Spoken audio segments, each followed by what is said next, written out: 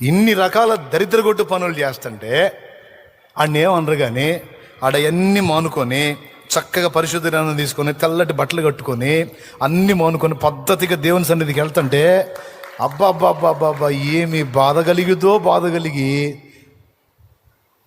ఈ పక్కోడు ఆ పక్కోడు ఇంటి అనకోడు ఇంటి ముందోడు మొత్తం వచ్చి ఏంది మీ ఓడింది అట్ట పోతుంటే చెప్పవేంది అంటే ఈ ఎదవల్ని ఏం చేయాలా? వాడు బారు షాపుకి పోతే వాడిని ఏమనకపోతేవి, వాడు అక్రమ సంబంధాలు తిరిగితే వాడిని ఏమనకపోతే, వాడు చీట్ల ప్యాక్కి వెళ్తే ప్యాక్ ఆట ఆడుతుంటే, వాడు సెల్ ఫోన్లో ఆన్లైన్ రమ్మీ గేమ్ ఆడుతుంటే వాడిని ఏమనకపోతేవి, కుర్రోళ్ళు కాకపోతే ముసలోళ్ళు ఆడతారు అంటివి, విడికి బ్రతుకుతుంటే వాడిని ఏమనకపోతేవి.